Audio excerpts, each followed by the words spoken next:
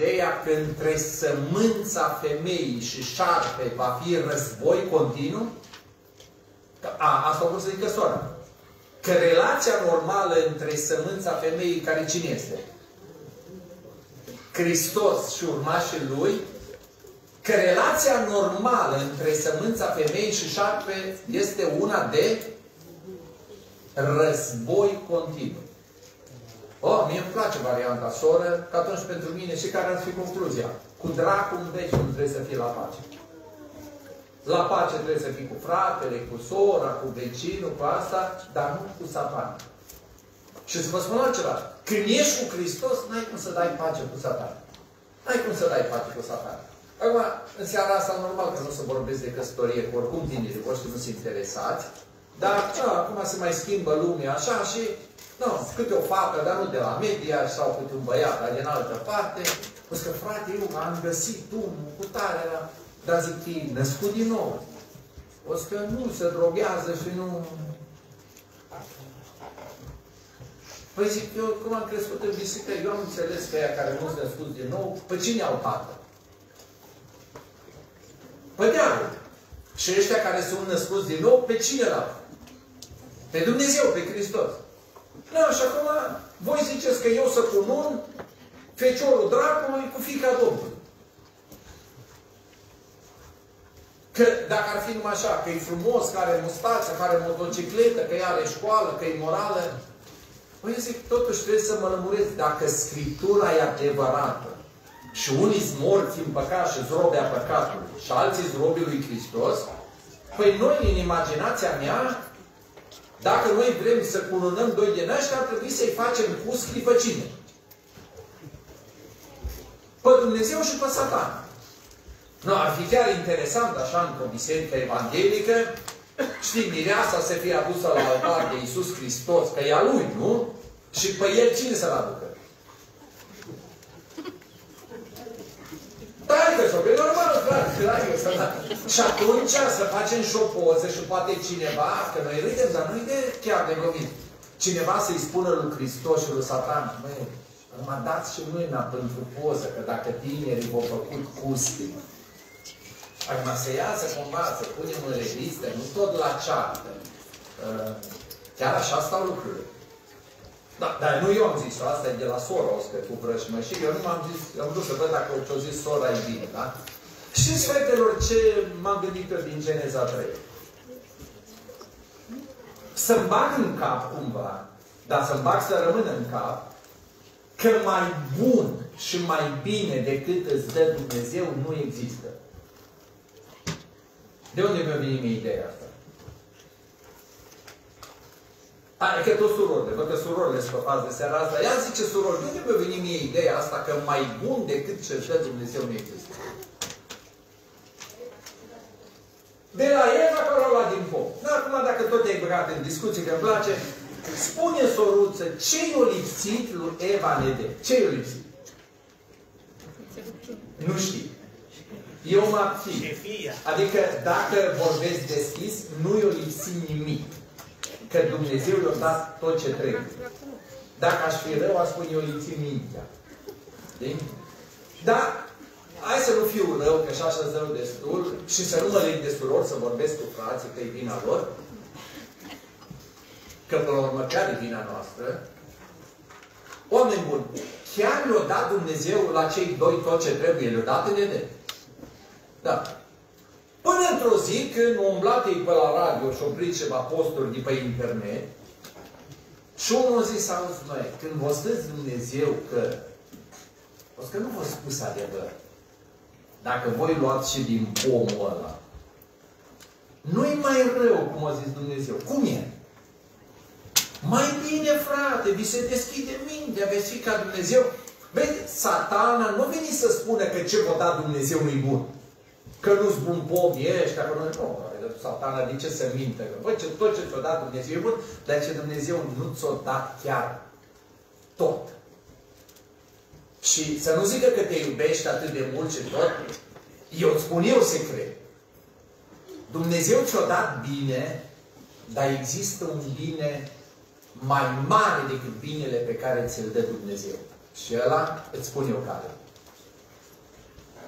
Dar acum, dacă tot fetele s-au băgat în discuție, băiați, vrea să vă măritați. Nu s-a așa, vrea să vă măritați, pe cinstit. Să vă pun să ridicați mâna sau nu? Păi nu, noi chiar ne-am bucurat să vă mai măritați, mai câte o nuntă. Auziți, credeți că v-ar putea băga Satana odată în cap că Dumnezeu ți-ar putea da un băiat bun? Dar există un băiat mai bun decât ăla pe care ți-l-ar da Dumnezeu. Că noi în biserică, nu știu, frate, dar cred că tot așa ne spune. Băi, să aveți călăuzirea Domnului, să găsești băiatul care l-a pregătit Dumnezeu pentru tine. Ar putea veni Satana să spună, auzi, ce pregătește Dumnezeu pentru tine e ok. Dar dacă asculți de mine, o iei pe cel mai tare din parcare. Ar putea asta să-și spună Satana. Dar mă întreb așa la o soră, frate, ar putea Satana să spună, auzi, Dumnezeu ți-a dat un bărbat bun. Dar dacă ți-l aș da eu, atunci să-l vezi pe ghiță ăla care ți-l dau eu. La bărbațile ar putea veni o dată Satana cu ideea să spună, bă, ai o nevastă bună, ok, nu, trebuie să recunosc că ai o nevastă bună, dar auzi, nu e cea mai bună de pe fața pământului, aia să fim cinstiți. Există una mai bună decât ea. Ideea asta nu le-ar plăcea la bărbat și una mai bună, ce zic? Atunci când nu intrăm acolo, când el a discutat cu avocație, cu ăia că ce să facă, ăia au fost oameni cu minte. Nu s-au dus și au spus împărate. Dă cu împărăteasa de pământ, că îți găsim noi una mai rea decât ea. Dar împăratul nu era chiar prost să spună, trebuie mă arunc una bună, să împărate, scapă-te de asta și noi te rezolvăm cu una mai bună. Nu ascultați, fetelor, că acum asta e seara asta, nu știu dacă e tineretul, sunteți aici. Acum de ce vă zic eu vouă? Că eu când vă zic, nu, sunt foarte atenți pe ei, știi? Altele ăștia să facă pe telefon, și se gândesc la sărătatea, cum vorbesc, fetele ei deja sunt atenți. Și atunci am și o strategie mea, da? Deci ascultați-mă. Convingerea mea din Geneza, nu mai de acord, acum suntem în Geneza 3, Geneza 3 îmi demonstrează că nu există mai bun decât a pregătit Dumnezeu pentru tine. Dar diavolul e singurul care îți poate oferi mai bun decât o pregătit Dumnezeu. Sigur că dracu are o mică problemă. Știți care? Că el de meserie e mincinos. Și de câte ori îți promite ceva, știi ce face? Te minte. Și de câte ori îl crezi pe Satana, după asta cânti ce-o cântat sora Eva cu Adam cu tăi.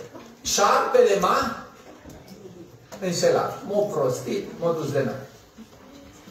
Frați și surori, știți care este convingerea mea? Nu există slujitor mai bun decât slujitorul pe care ți-l dă Dumnezeu. Nu există părinte mai bun decât părintele pe care ți-l dă Dumnezeu. Și dacă unora nu vă convine, nu există copil mai bun pentru tine decât copilul pe care ți-l-a dat Dumnezeu. Nu există serviciu mai bun decât ăla pe care ți-l dat Dumnezeu. Dumnezeu face lucrurile bine și slavă Lui pentru asta. Numai că binele lui Dumnezeu poate fi diferit de binele nostru. Și dacă accept cumva ideea asta că nu-i chiar așa cum a zis Dumnezeu, că poate fi o leacă mai bine, o să mergem pe mâna cui? Celui rău. Și ce o să facem? O să plângem și o să vedem unde am ajuns. Și de ce am zis, frați, o să vă muresc că noi suntem de vină? Că tot dați unii pe Eva, ce treabă tot aveți cu Eva? Că Eva o mușcat și i-a dat bărbatului care unde era? Lângă ea. Și ce făcea? Dormea, frate, eu nu știu ce făcea, se bronza. Unde a fost lui mintea? Că dacă el a fost capul familiei și Dumnezeu, nu trebuie să spună, când nevasta au zis, păi să zică, bă, fată, ce faci? Păi nu ne-a zis nouă bunul Dumnezeu, nu cu tare. Dormea acolo, la... Știți care e tragedia cu bărbații din zilele noastre, dar nu de aici, de la media. Știți care e tragedia? Că ei fac nimic. Ascultați-mă. Și unii chiar au spus, frate, dar eu n-am făcut nimic. Păi asta e tragedia, că de multe ori nu facem nimic. Și Dumnezeu ne cheamă să facem. Dar nu să facem mai bine decât o hotărât El, nu să fim noi mai deștepți decât Dumnezeu, ci noi să facem ce-a hotărât Dumnezeu. Amin? Amin. Am o întrebare. Uneori, așa, după mintea noastră, s-ar putea mai bine. Și am vrea mai bine. Și întrebarea mea, Dumnezeu care ne-a dat bine, ar putea face mai bine? Ar putea face mai bine. Și atunci de ce mergem pe mâna lui Satana? Nu știu dacă vă aduceți aminte ce discută Dumnezeu cu David în episodul ăla cu soruța care a făcut baie și a uitat să tragă perdeaua. Dar n-are nicio bine, în fine. Că doar dacă te speri ziua în curte, nu te vede nimeni, numai că vecinul are balconul pe... Dar n-are cum să te vadă de pe balconul lui, care dă în curtea ta, n-are. Dar sora n-are nicio vină în David de toată vină. Am înțeles asta de mult. Știți ce îi spune Dumnezeu lui David? O să că David, nu mai făcut de rușine, vrăjmașă, acolo e urâtă treaba de tot. Dar știți ce îi spune Dumnezeu? David, hai să facem un pic de istorie. De unde te-am luat eu? De unde te-am luat? De acolo, da? Cine ți-o dat asta? Cine ți-o dat asta? Care era răspunsul? Tu. Neveste i-o dat Domnul? Sau era singur pe lume? I-o dat? Una sau avea mai multe? Și Domnul îl întreabă pe David așa, că David, dacă ai ajuns cumva să nu fii mulțumit cu ce ți-am dat eu, am o întrebare. De ce n-ai vorbit cu mine? De ce n-ai vorbit cu mine? Dacă nu ești mulțumit de slujba pe care o ai, că nu. Păi nu trebuie să te duci cu Satana, cu aranjamente, cu toate să spui Iisuse, sunt copilul tău, sunt slujitorul tău. Eu cred că aș merita un serviciu mai bun, un salariu mai bun, tu nu poți rezolva chestia asta. Și Domnul să spună, bă, da, am așteptat să spui, e pregătit totul. De ce Domnul nu poate face asta? Nu știu, vrei altceva mai bun, consider că vrei mai bun. Că eu mă gândesc, dar nu le am cu astea. Frate, dacă Adam și Eva n-ar fi fost mulțumit, nu știu cât a fost Edenul. Fi fost 7 hectare, habar n-am, nu știu, cu cifra 7, așa. Să zicem că au fost 7 hectare, 7, nu contează. Dacă într-o zi veneau și spunea, Doamne, nu ne ajung 7, mi-e dai 9, putea să le dea Domnul. Sau nu putea? Păi nu, necazul care este? Că în momentul în care ne bagă șarpele în cap ceva, noi îl fentăm pe Dumnezeu, noi avem scurtăturile noastre, că noi vrem de la Domnul tot ce putem și dacă se poate mai bun, mai și mai bun, că doar... Acum nu-mi permit să spun, frate, asta, dar ieri eram la o conferință numai cu bărbații, cred că nu mă abțineam și ziceam, fraților, dacă mama Eva nici cu ce i-o dat Dumnezeu nu a fost mulțumită, am o fi mulțumită cu ce putem face noi. Dar fiind surorile prezente, nu pot să zic treaba asta. Dar o să le zic, fraților, o să nu credem că scăpăm de ispita asta. Eu mai glumesc, dar și când vorbesc serios, poate v-ați prins. Mă întorc la Adam, cu vinovăția lui. Dar el a fost vinovat, că și el a crezut pe șarpe. Și el a stat liniștit. Dar de ce a lăsat să-i bage cineva în cap că Dumnezeul tău face lucruri bune, dar nu-ți dă binele pe care îl meriți? Și eu vă spun, în rândurile pocăiților, există un duh de nemulțumire periculos tare, că așa cumva în viața noastră toți considerăm că merităm mai mult. Eu, ca slujitor, cred că merit un pic mai mult aprecierile voastre, dar nu o zic, dar port nemulțumirea asta. Voi, ca membri în biserică, ziceți, bă, dar și noi am meritat un slujitor mai bun, ăsta, atâta cu figuri în cap, da? Nu le putem spune noi că am meritat bărbați mai buni, că am meritat neveste mai bune, că am meritat copii mai buni. Noi ar trebui, dacă ne-am pocăit, strada noastră să fie asfaltată, canalul să nu se înfunde și chiar mi s-ar părea normal, frate, pentru noi, pentru pocăiți, să nu se scumpească acum gazul și astea. Pensii, normal că ar trebui să fim mai bune, că noi suntem speciali, suntem copiii Domnului. Acum să nu le comenteze astea. Știți care e rugămintea mea? Dacă cumva le avem prin minte, înainte de a face prostii, că numai asta putem face, am putea să le discutăm cu Domnul.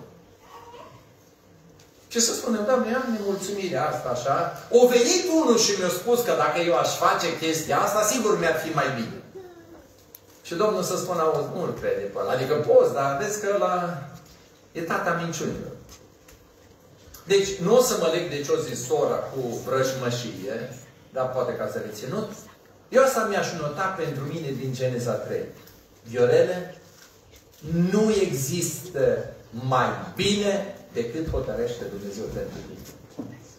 Ce-ți dă Dumnezeu e cel mai bine pentru tine. Amin? Amin. Care a zis amin, v-ați gândit și la o suferință? Sper că nu. Dar acum dacă tot ați deschis discuția, și dacă Dumnezeu hotărăște o suferință în trup, asta vreți să spuneți că e cel mai bine pentru mine?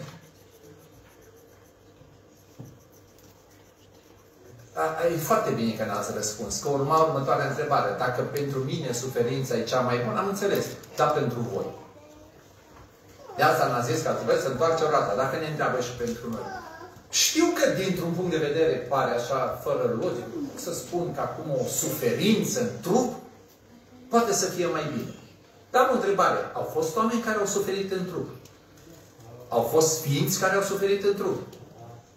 Și știți că la un moment dat Pavel spune Dumnezeu, asta chiar e interesant pentru mine, cum spune Pavel, că să nu mă umflu de mândrie, Dumnezeu mi-a pus în trup un sol a satanei. No, frate, când ai timp, lămurește cum într-un trup care îi aparține lui Dumnezeu și templul Duhului Sfânt, o venit solul dracului. Asta zice Scriptura. Păi normal că lui Pavel nu i-o convenit. Și Pavel zice, dar m-a rugat pe Dumnezeu să mă scape de el. Și Domnul a avut o discuție. O zic că, Pavele, tu vrei sănătate sau vrei har? Ce-a răspuns Domnul? Ce-a răspuns Pavel? Nu, el a răspuns ca român. O zic că eu le vreau pe amândouă. Vreau har și vreau sănătate. Că noi suntem cu hibridul. Domnul a spus, de data asta nu se poate. Alege între har și sănătate. Și Pavel cu înțelepciune ce-a zis? Doamne, dacă nu le pot pe amândouă, atunci harul Tău, dacă în slăbiciunile mele puterea Ta este mare și desăvârșită, aleg să rămân cu țepușul. Sigur, mare maturitate. Dar un om care înțelege verele, eu pot avea dorințe, dar nu există mai bine și mai bun decât ce hotărăște Dumnezeu pentru viața mea. Pentru viața ta hotărăști tu. Dar în dreptul meu aș vrea să cred mereu, acum ne-ați putea să-mi dați și cu versetele, că toate lucrurile lucrează împreună spre... Dar asta nu înseamnă că și credem, frate, știi? Noi cam așa am zice, toate lucrurile bune lucrează împreună spre bine, că binele îl vedem noi, da? Ia uite că mi-a expirat timpul aproape și am rămas în Geneza 3. Deci ce am învățat eu din Geneza 3? Eu ce am învățat? Că pentru mine nu există mai bine și mai bun decât ce hotărăște Dumnezeu. Iar dacă am ceva probleme, cu cine discut? Nu cu nevasta, nu cu socrii, nu mă cer cu guvernul, discut cu Dumnezeu. Mai rezistați un capitol 3. Apocalipsa 3. Stați liniștiți că nu ne băgăm nici la Palau, nici la Apoi. Eu spun lucrurile practice, Apocalipsa 3. Și ce am învățat eu din Apocalipsa 3? Multe, dar ce vă spun seara asta? Că singurii avantajați sunt victorioși. Singurii care sunt cu adevărat avantajați sunt victorioși. De unde mi-a venit ideea asta, frate? Din Apocalipsa. Am spus că din Apocalipsa, e clar, mă bucur, dar și din capitolul 3. Și asta am zice, dar să-mi spuneți de unde din capitolul 3. Pentru că orice biserică iei în calcul, orice mesaj spune, cum se încheie? Celui ce va fi victorios, celui ce va birui. Păi atâta minteam și eu să pricep dacă o spune de vreo 7 ori că victorioși și victorioși, și zic, băi, ăștia Singurii care sunt avantajați sunt care? Dar ce să biruiască, frați și surori? Celui ce va birui, de ce se biruiască? La Scandenberg sau la ce? Ca să știu și eu la ce mă antrenez. Ce să biruiască? Cum? Păcatul. Pe Satana și păcatul și lumea întunericului, la asta se referă. Așa cred și eu, frate. Așa cred și eu. Că acolo vorbește despre lupta spirituală pe care o duce creștinul și cel care va învinge în alergarea lui spre ce? Păcatul, întunericul, tot ce vreți, poftele lumești, adică îl va învinge pe Satana cu sistemul lui, acela va fi avantajat. Aceluia Domnul îi dă ce hotărăște. Păi m-ați băgat un pic în ceață. Că eu aș vrea o altă viață creștină, frate. Acum voi chiar credeți că eu m-am pocăit să lupt. Eu m-am pocăit să fiu în cer, la balcon sau în primul rând, adică aș vrea o viață din asta, tăcă să margă bine și acum voi îmi dați toată lumea peste cap. Asta vreți să spuneți, că eu odată ce m-am pocăit și m-am întors la Dumnezeu trebuie să port luptă? Asta vreți să-mi spuneți? Că eu sunt în război și că trebuie să port luptă? Așa scrie. Interesant, dar e bine să mi le spuneți astea de la început, nu după ce. O să vă dau două exemple, că poate vă aduc aminte de ceva. Apostolul Pavel, de câte ori avea ocazia, depunea mărturia. Și la un moment dat spune celor care erau în fața lui cum s-a întâlnit Hristos și spune, ascultați-mă, oameni buni. O să că eu cred tot ce scrie în Scriptură. Și eu cred în învierea morților. Și eu cred în judecata viitoare. De aceea, ce fac? Mă distrez. Cum? Am greșit eu traducerea, da? De aceea mă silez. Îmi dau toate silințe. Mă, dar nu chiar așa ușor. O să că Viorel, nu că e ușor. O să că eu mă port aspru cu mine. Lupt. El era la box, auzi, frate. Dar că nu dau cu pumni în vânt, adică eu știu cine-i dușmanul, știu care e echipamentul, știu care sunt armele. Și eu lupt, fac tot ce ține de mine pentru că vreau să fiu un vingător. Dacă ei fac, că, bă, aleg, dar n-aleg ca bezmet. Aleg pe calea Domnului, aleg după rânduiere, aleg așa pentru că vreau cununa, da? Și mereu Apostolul Pavel vorbește nu așa de o odihnă, de o nu știu ce, el spune, Verele, eu chiar îmi dau silințele. Și fac totul, nu numai pentru alții, și în dreptul meu, că n-aș vrea cumva, după ce eu am învățat pe alții, eu însumi să fiu descalificat. Păi Pavel mă cam încurcă. Deci Pavel îmi schimbă un pic înțelegerea despre viața creștină. Eu am înțeles că viața creștină e așa, într-o zi când te apucă Iisuse, am greșit și eu ca mulți alții, iartă-mă și pe mine, dăm și mie legitimația la cer și gata, am păzit, mă așteaptă îngerul, ai legitimația, da, m-am pocăit în 20 august, nu știu când, gata, verăm în cer. Păi atunci trebuie să nu mă iau după Pavel, cum ar fi să mă iau după Iisus? La Iisus a fost cumva vreo luptă vreodată? Da, Iisus a luptat. Și ce spune Scriptura? La un moment dat vorbim despre luptele lui Hristos, pe care nu le știm noi pe toate. Nu știm ce bătălie a purtat El în rugăciune. Ca să sumarizez așa, o să voi încă nu v-ați luptat împotriva păcatului până la sânge.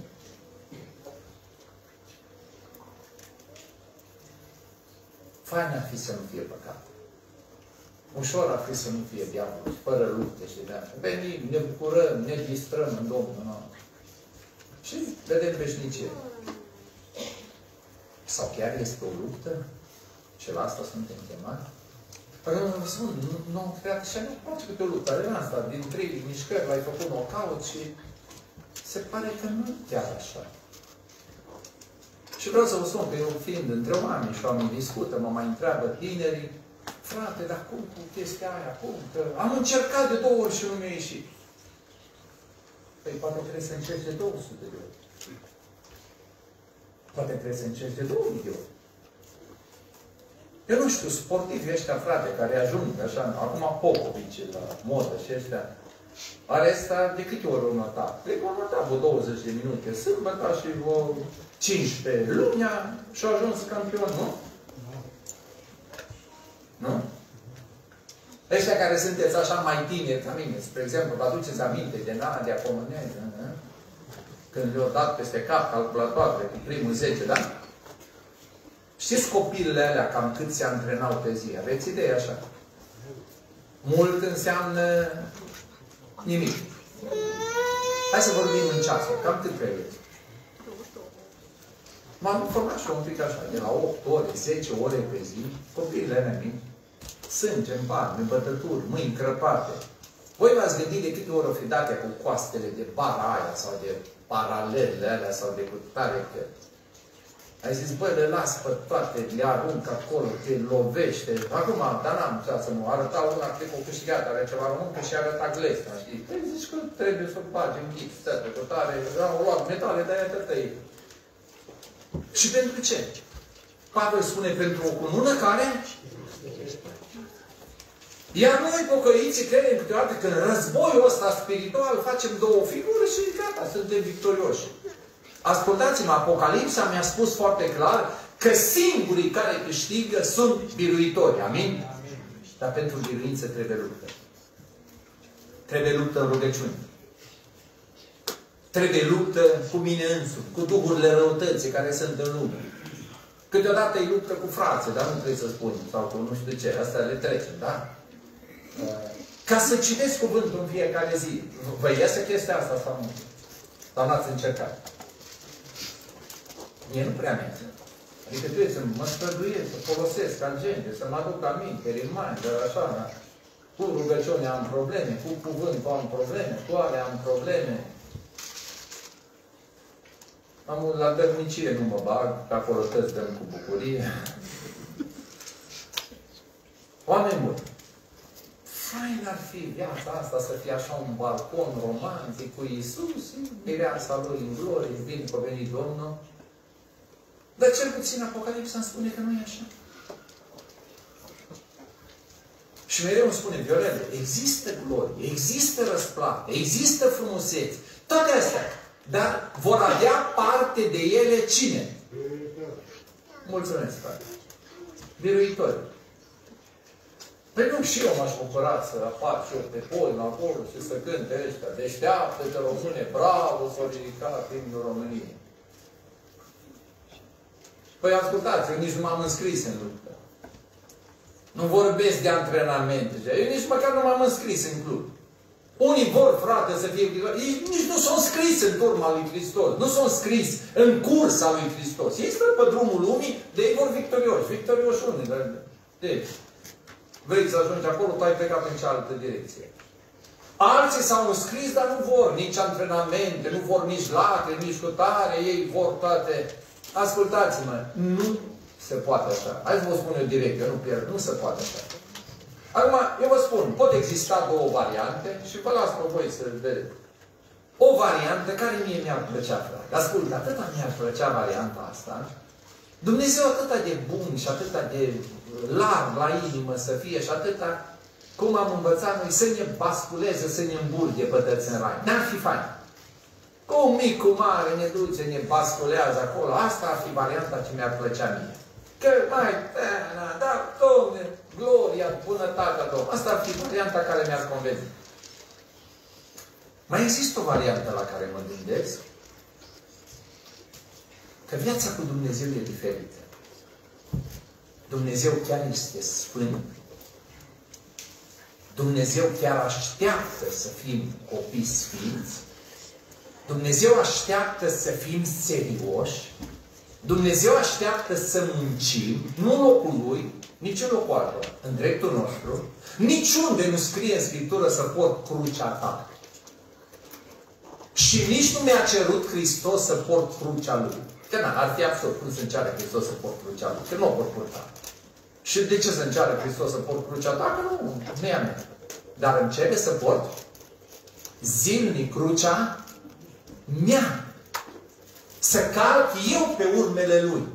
Și pentru asta trebuie să fiu atent, trebuie să veghez că le știți toate astea. Dacă așa stau lucrurile, tare mă tem, frate, că prin cer cam puțin.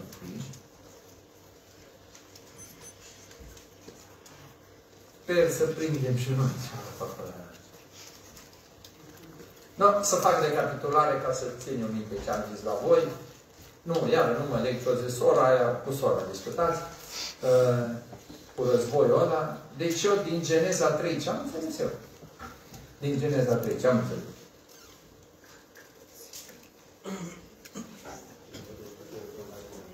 Ce dă Dumnezeu e cel mai bun.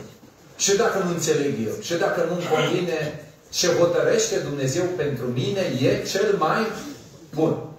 Dacă nu-ți mulțumit cu asta, am varianta cu dracu, care are variantă mai bună și chiar eu zic că a fost o variantă bună, adică din coroana creațiunii lui Dumnezeu să ajungi tu angajat la firmă, la nevastă, să împlătești frunță.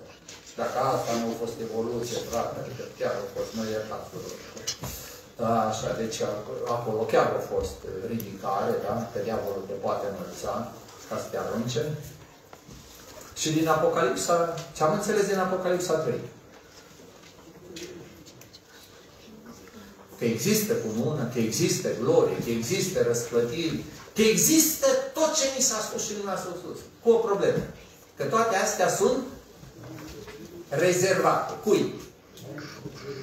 Pentru biruitor. Acum un apostol spune așa, fraților, cel ce este în noi este mai mare și mai tare. Deci șansa mea să fiu biruitor care este?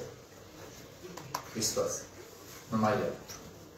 Asta bănuiesc eu care însemna să mă unesc cu Hristos, să rămân în Hristos, să umblu cu Hristos, să mă sfătuiesc cu Hristos, dacă trebuie să plâng cu Hristos, dacă trebuie să sufăr cu Hristos, ca într-o zi să mă bucur cu Hristos. Amin? Amin. Poate menționăm și lucrurile astea și să spunem, Doamne, ia din noi Duhul de nemulțumire. Și ajută-ne să fim mulțumiți cu ce ai hotărât Tu pentru noi. Cu câte zile ai hotărât, cu câtă sănătate ai hotărât, cu câtă înțelepciune ai hotărât. Să fiu mulțumit cu asta. Iar dacă vrei să-mi dai mai mult, eu știu că Tu poți deschide cerul și îmi poți da mai mult. Amin? Amin. Să-i spun, Doamne, dă-mi înțelepciune, voință, putere ce trebuie să fiu învingător. Sunt destul de înfrânți. E plină lumea de înfrânți și îngenunchiați. Iar dacă undeva, știți, am mai fost loviți, am îngenunchiat, am căzut. Parcă scrie în Scriptură undeva că cel nevenit, ce face? Se ridică. Iisus, ia-mă de mână, hai, pune-mă de nou pe stânca pe care nu pot ajunge. Așează-mă pe calea ta. Și nu uitați. Mulțumim lui Dumnezeu pentru binele care îl avem și ne rugăm pentru frații noștri săraci în lume. Amin? Amin. Mulțumim lui Dumnezeu pentru libertate și ne rugăm pentru cei persecutați. Mulțumim lui Dumnezeu că știm Evanghelia. Și să spunem, Doamne, în săptămâna asta, chiar te rog, dă-ne și voința și împătuirea să vorbim cuiva despre Hristos, despre jertfa Lui, despre bunătatea Lui. Și în caz că vă mai rămân acolo câteva secunde, ziceți, Doamne, și dă-i și lui Moșul Iuda minte, că chiar are nevoie. Pe unde ajunge să te glorifice pe tine. Amin? Amin. Ne rugăm? Hai să ne ridicăm, ne rugăm, cum vreți dumneavoastră. Eu îmi cer scuze că o să mă retrag cu fratele, vreau să fim aproape punctuali încolo și poate ne mai vedem. Știți cum ziceau bătrânii? Dacă nu ne vedem aici, dincolo, victorioși, prin Hristos.